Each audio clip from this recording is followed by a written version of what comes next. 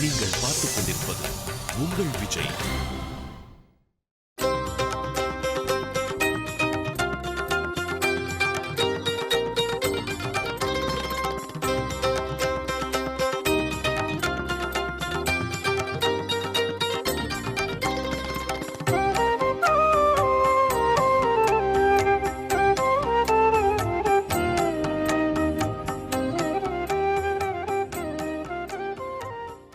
யஜ்ஞः இஜ்ஜः மஹேஜ்யः க்ரதுஹு சத்ரம் சதாங்கதிஹி என்று ஸ்ரீ விஷ்ணு சகஸ்ரநாமத்தில் யாகம் யாகம் யாகம் என்று இந்த யாகமே பகவான், பகவானே யாகம் என்பதாக யாகத்தின் பொருளாக எம்பெருமான் காண்பித்தருளப்படுகின்றான். இதை சொன்னவர் யார்? ஸ்ரீ விஷ்ணு சகஸ்ரநாமத்தை சொன்ன மகாத்மா சாக்ஷாத் பீஷ்மாச்சாரியர், கங்கையின் மைந்தர். சந்தனு மகாராஜனுக்கும் கங்காதேவிக்கும் பிறந்த குமாரர் அந்த சுவாமி. எப்பேற்பட்ட மகாத்மா!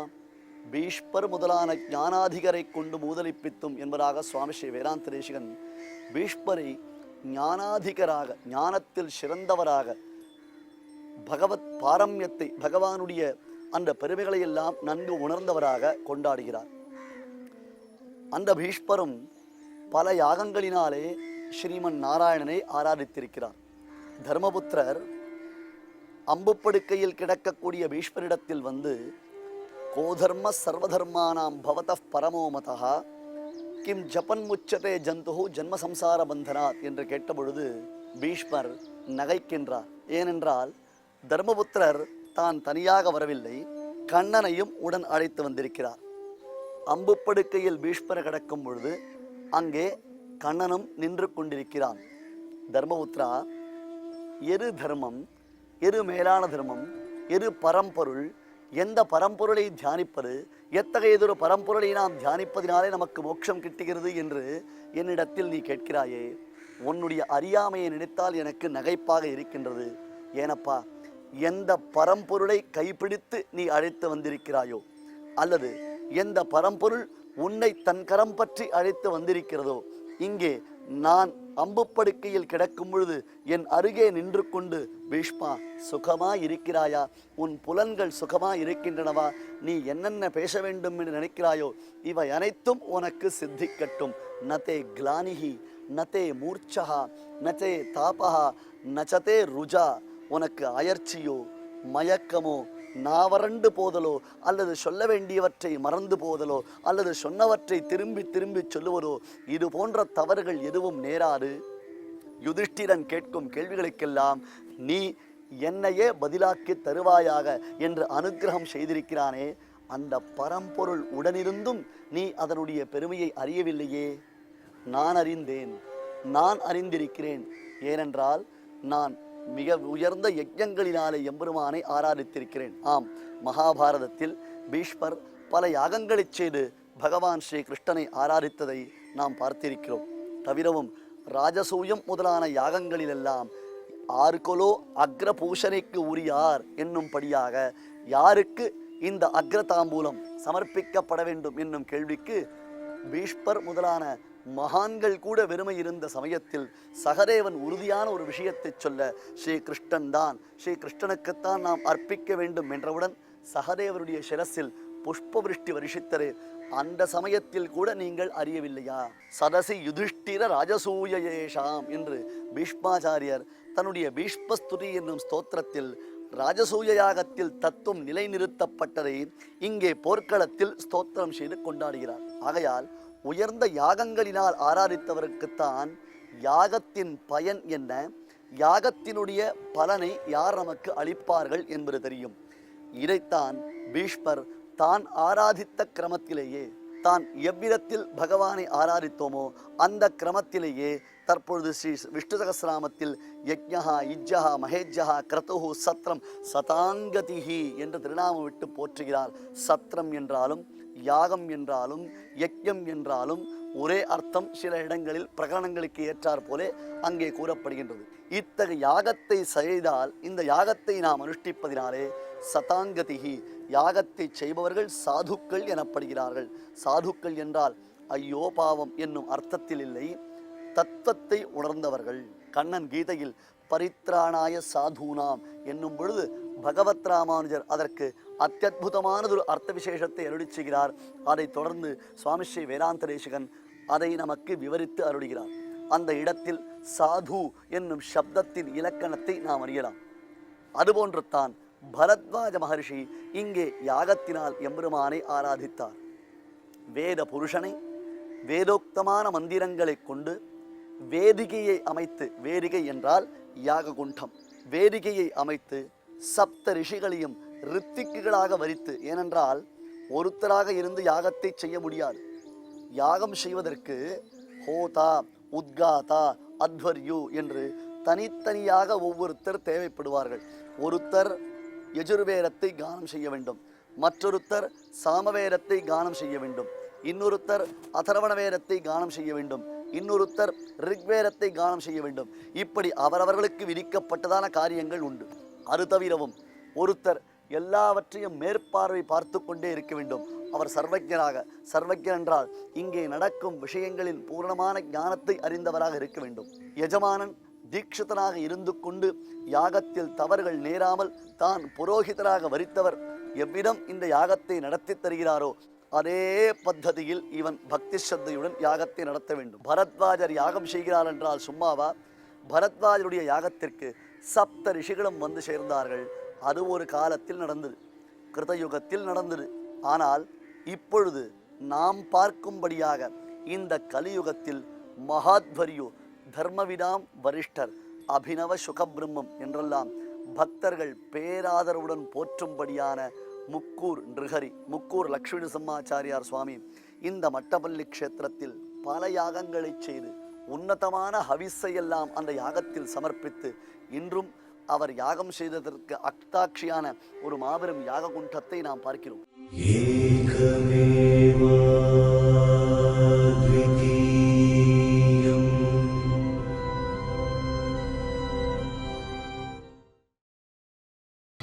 நீங்கள் பார்த்துக் கொண்டிருப்பது உங்கள் விஜய்.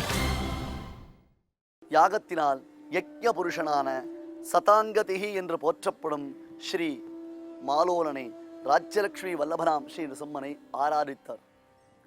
இந்த ஆராதனையின் பொழுது அந்தந்த சமயங்களில் ஸ்ரீ நிருசிம்மன் தானே அவரிடத்தில் ஆவிர்பவித்து பல விஷயங்களை சொல்லி உலகத்தில் அடுத்து அடுத்து என்ன நடக்கப் போகின்றது, நம்முடைய செயல்பாடுகளை நாம் எப்படி திருத்திக் கொள்ள வேண்டும், இனி வரக்கூடிய கலியுகத்தில் எவ்விதமான ஆபத்துக்கள் உண்டாகப் போகின்றன, அதிலிருந்து நம்மை ரட்சித்துக் கொள்வது எப்படி என்பதாக பக்தர்களுக்கு அருள் பாலித்திருக்கிறான். இந்த சத்தியங்களை உணர்ந்தவர்கள் மகான்கள் இன்றும் தங்கள் விழிகள் விரிய அந்த ஆச்சரியத்தை வர்ணிக்கின்றார்கள். சலசலத்து ஓடும் கிருஷ்ணா நதியின் தீர்த்த விசேஷத்தை பார்க்கலாம். கிருஷ்ணா என்றாலேயே நமக்கு கிருஷ்ணனுடைய ஞாபகம்தானே வருகின்றது. இந்த கிருஷ்ணவேணி என்னும் கிருஷ்ணா நதி சில சமயங்களில் பேரானந்தம் கொண்டு தான் பொங்கி வந்து மட்டப்பள்ளிநாதனை தன்னுடைய அலைகளாகிற திருக்கரங்களினாலே தானே திருமஞ்சனம் செய்வாளாம். அந்த அளவிற்கு கிருஷ்ணா நதியினுடையதான வெள்ளப்பெருக்கு ஏற்பட்டு இங்கே உள்ளே சன்னிதானம் வரையிலும் அந்த வெள்ளங்கள் வருமாம். ஏனென்றால் கிருஷ்ணா என்னும் பொழுதே நமக்கு பகவான் ஸ்ரீ கிருஷ்ணனுடைய ஞாபகம் வருகின்றது. கிருஷ்ணஹா பெருமான், மகாராஷ்டிர தேசத்திலிருந்து இந்த கிருஷ்ணவேணி நதி ஆரம்பமாகின்றது. கிருஷ்ணவேணி நமஸ்துப்யம் சர்வ பிரம்மாண்ட பாவனி. தன்னுடைய நீரோட்டத்தினாலே, பெருகி வரும் வெள்ளத்தினாலே, வெள்ளப்பெருக்கினாலே தன்னிடத்தில் நீராடும் பக்தர்கள் எல்லோரையும் இவள் புனிதப்படுத்துகின்றாள். புண்ணியகீர்த்திகி, புண்ணியகீர்த்திகி என்னும் அந்த ஒரு பெருமை யாரிடத்தில் அமைந்திருக்கிறது? ஸ்ரீ நிருசிம்மனிடத்தில் என்றோ அமைந்திருக்கிறது. நம்மால் போற்றப்படும், நம்மால் போற்றப் பறை தரும் புண்ணிய நாள் என்று ஆண்டாள் நாச்சியாரும் பகவான் புண்ணியஹா புண்ணியஸ்ரவணஹா புண்ணியஸ்ரவண கீர்த்தனஹா என்று அவனுடையதான அந்த பவித்திரத்துவத்தை, பாவனதமத்துவத்தை நமக்கு ஸ்திரீகரணம் செய்கின்றார், அதாவது நிலைப்படுத்தி காண்பிக்கிறார். கிருஷ்ணவேணி கிருஷ்ணனுடையதான பெருமையை தான் பெற்றிருக்கிறது. அது மட்டுமில்லாமல் கிருஷ்ணஹா என்பதற்கு கருமை என்பது பொருள். நதிகளில் 2 நதிகளை நாம் கருமை நிறத்துடன் தரிசிக்கலாம். ஒன்று தூய பெருநீர் யமுனையான அந்த காளிந்தி எனப்படக்கூடிய யமுனா நதி. சுவாமி தேசிகன் சாதிக்கிறார், யமுனா சாட்சிக யவ்வனம் யுவானம் என்று. கண்ணன் பிருந்தாவனத்தில் விஹரித்தான். கண்ணுடைய லீலைகளை எல்லாம் அங்குள்ள மகர்ஷிகள் கண்டுகளித்தார்கள். ஏன், மகர்ஷிகள் தானே கோபிகளாக மீண்டும் பிறந்து தங்களுக்கு திகட்ட திகட்ட கிருஷ்ணானுபவம் வேண்டும் என்ற ஆசை கொண்டு அந்த அனுபவத்தை தாங்களும் பகிர்ந்து கொண்டார்கள். ராசக்கிரீடை முதலான உற்சவங்களில் கிருஷ்ணனிடத்தில் சேர்ந்து சம்ஸ்லேஷித்தார்கள். அத்தகு கிருஷ்ணனுடைய திருமேனி கருத்து நிற்கிறது. எதை போன்று? காளிந்தி காந்திஹாரி கலையரூபஷ காளிமா கைட்டபாரே, யமுனையின் கருமையையும் பழிக்கும் கருமை நிறம் கொண்டவனாக ஸ்ரீ கிருஷ்ணனுடைய திருமேனி வர்ணனம். கிருஷ்ணனுடைய திருமேனி காந்தி என்று சமத்காரமாக வர்ணிக்கிறார். காளிந்தி என்னும் யமுனைக்கு கருமை உண்டு, அதுபோன்று தான் கிருஷ்ணா என்னும் இந்த நதிக்கும் கருமை உண்டு. ஆம், கிருஷ்ணா என்றாலேயே கருமை நிறம் கொண்டவள். ஆனால் இவள் அழுக்ககற்றுபவள். நம்மிடத்தில் ஷரீரத்தில் இருக்கக்கூடிய அழுக்குகள் மட்டுமில்லாமல் நம் உள்ளத்துக்குள்ளே உறைந்திருக்கக்கூடிய அழுக்குகளை எல்லாம் இந்த நதி தன் பிரவாகத்தினாலே தன்னுடைய வெள்ளப்பெருக்கினாலே போக்கடிக்கின்றாள். இதில் இன்னொரு சூக்ஷ்மத்தையும் நாம் பார்க்கலாம். வேதம், யஜுர்வேதம் இரண்டாக பிரிக்கப்பட்டிருக்கிறது. ஒன்று சுக்ல யஜுர்வேதம் என்று போற்றப்படுகின்றது, மற்றொன்று கிருஷ்ண யஜுர்வேதம் என்று போற்றப்படுகின்றது. இரண்டுமே சிறப்பான வேத பாகங்கள் தான். சுக்ல யஜுர்வேதத்தை கண்டுணர்ந்த மகாத்மா யாக்ஞவல்யர் என்னும் மகர்ஷி. அந்த யாக்ஞவல்யருடைய சரித்திரம் நாம் தொடர்ந்து பார்க்கத்தான் போகிறோம்.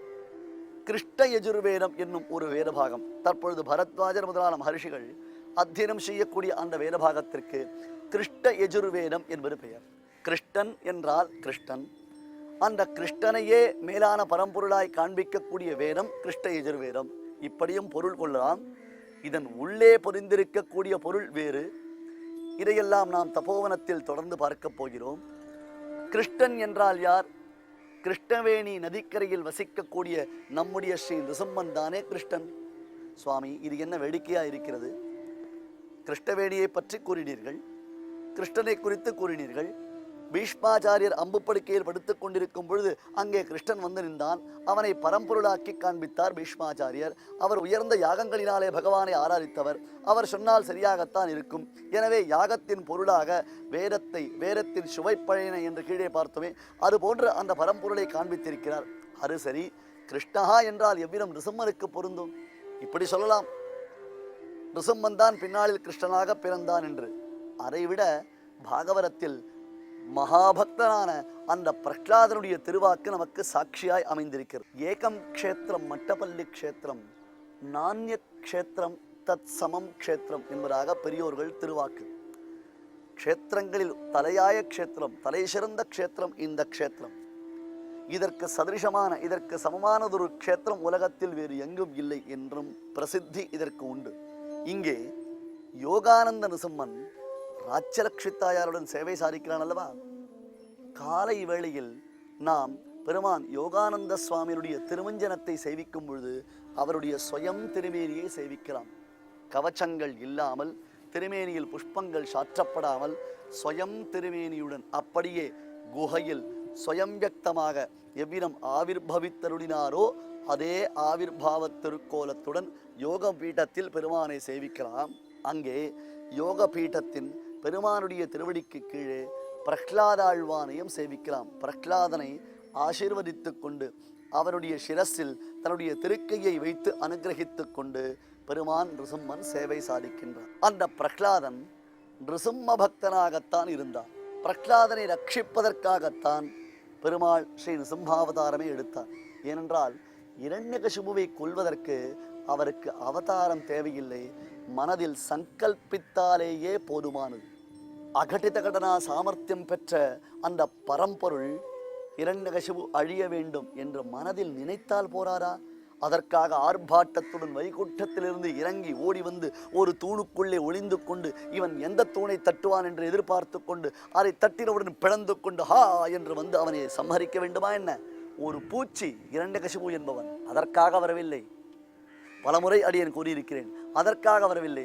அங்கே பிரகலாதன் வந்தவுடன் அவனை வாரி எடுத்து தன் திருக்கைகளால் தடவி கொடுத்து அவனை உச்சி முகர்ந்து தன் மடி மீது அமர்த்தி வைத்து கொண்டு, குழந்தாய், இது போருமா, இது போருமா, உனக்காகத்தானப்பா நான் வந்தேன் என்றெல்லாம் ஸ்ரீ நிருசிம்மன் குழந்தையினிடத்தில் குழந்தையை காட்டிலும் குழந்தையாக இருந்தானே, அந்த பரிவு அனுக்கிரகத்தினால் சித்திக்குமா அல்லது அவதாரத்தினால் சித்திக்குமா? நேராக வந்து அவதாரம் செய்தால் என்றோ அது சித்திக்கும்? கேவலம் கை காண்பித்து மனதினால் சங்கல்பித்து விட்டால் சித்திக்குமா? வாஞ்சையுடன் தன்னுடைய திருக்கையால் தடவி கொடுத்தானே, அந்த சமயத்தில் பிரகலாதனுக்கு உடம்பில் ஒரு ரோமாஞ்சம் உண்டாயிற்றே, மயிர்கூச்செறிதல் என்கிறோமே, அத்தகையதொரு ரோமாஞ்சத்தை பிரகலாதன் அனுகிரகத்தினால் பெற முடியுமோ? அனுபவத்தினால் என்றோ பெற முடியும்? எவ்விதம் ஸ்ரீ நிருசிம்மன் யோகானந்த சுவாமி பிரகலாதனை அனுகிரகம் செய்தான் என்பதை நாம் இந்த க்ஷேத்திரத்தில் வந்து தரிசித்தால், காலையில் திருமஞ்சனம் நடக்கும் பொழுது, அபிஷேகம் நடக்கும் பொழுது, கிருஷ்ணவேணியின் தீர்த்தத்தை கொண்டு எம்பெருமான் ஸ்ரீ மட்டபள்ளிநாதனுக்கு திருவாராதனங்கள் திருமஞ்சனங்கள் நடைபெறக்கூடிய சமயத்தில் ஸ்வயம் திருமேனியை சேவித்தால் அங்கே திருவடிவாரத்தில் பிரகலாதனை தழுவிக்கொண்டு நிற்பது தெரியும்.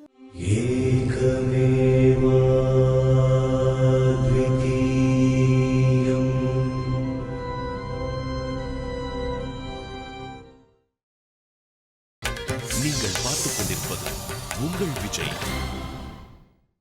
எப்பொழுதும் பிரகலாதன் ஆடி ஆடி அகம் கரைந்து, கீழே பாசுரம் பார்த்தோம் அல்லவா, இசை பாடி பாடி கண்ணீர் மல்கி எங்கும் நாடி நாடி நரசிங்கா என்று எல்லா இடங்களிலும் ஸ்ரீ நிருசிம்மனையே பார்த்து கொண்டிருந்தான், ஸ்ரீ நிருசிம்மனையே அனுபவித்துக் கொண்டிருந்தான்.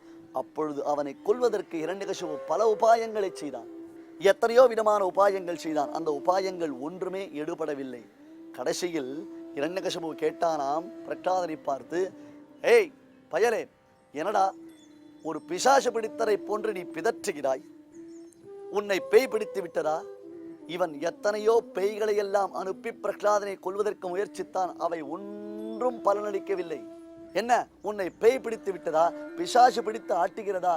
எப்பொழுதும் பிதற்றிக் கொண்டே இருக்கிறாயே, எதையோ பேசிக்கொண்டே இருக்கிறாயே என்று கேட்டவுடன் பாகவதத்தில் சுகபிரம்மம் கூறுகிறார், ஆம், பிரகலாதனை ஒரு பிசாசு பிடித்தது. எந்த பிசாசு? கிருஷ்ணகிரக கிரகீதாத்மா என்று வர்ணிக்கிறார். கிருஷ்ணகிரக கிரகீதாத்மா, கிருஷ்ணன் என்னும் ஒரு கிரகம், ஒரு பிசாசு அவனை பிடித்திருக்கிறது. அது பிசாசா? இரண்யகசிபுவுக்கு அது பேய். ஆம், இரண்யகசிபுவை ஓட்ட வந்த பேய் பிரகலாதன் உள்ளத்துக்குள்ளே உறையும் பரமாத்ம ஸ்வரூபம், அதுவே ஸ்ரீ நிருசிம்மன். ஆகையால் கிருஷ்ணா என்னும் நதி, அந்த கிருஷ்ணா என்னும் நதி கிருஷ்ணனான ஸ்ரீ நிருசிம்மனை தான் ஆராதிப்பதற்கு ஆவல் கொண்டு அவ்வப்பொழுது ஓடி வந்து அவனுடைய திருமேனியை திருமஞ்சனம் செய்கிறாள். அது தவிர கிருஷ்ண யஜுர்வேதமாம் அந்த வேதபாகத்தினாலே பரத்வாஜ மகர்ஷி பகவானை ஆராதித்துக் கொண்டிருக்கிறார். அதே வேதபாகத்தை கொண்டு முக்கூர் சுவாமிகள் யஜ்ஞத்தினாலே எம்பெருமான் ஸ்ரீ நிருசிம்மனை இந்த மட்டப்பள்ளி க்ஷேத்திரத்தில் ஆராதித்தார். வேத பழமாக அவரும் அவருடைய திரு தமையனாரும் விளங்கினார்கள். அதுவும் பிரசித்தமாயிற்றே. தன் தமையனாரிடத்தில் அச்சஞ்சலமான பக்தி பூண்டவராக ராமனிடத்தில் பரதனை போன்று முக்கூர் சுவாமிகள் விளங்கி வந்தது சுப்பிரசித்தம். தபோனிஷ்டருடையதான தவத்தின் வலிமையை அறியும் நாம் அதே சமயத்தில் தன் தமையனாரிடத்தில் அவர் கொண்ட பேரன்பையும் தன் தாய் தந்தையரிடத்தில் அவர் கொண்டிருந்த பக்தி ஸ்ரத்தையையும் உணர வேண்டும். விசேஷமான மட்டப்பள்ளி நாதனுக்கு இனி திருவாராதனங்கள் நடைபெறப் போகின்றன. நாமும் உள்ளே சென்று அந்த திருவாராதனத்தை சேவித்து கிருதார்த்தர்களாகலாம். வாருங்கள்.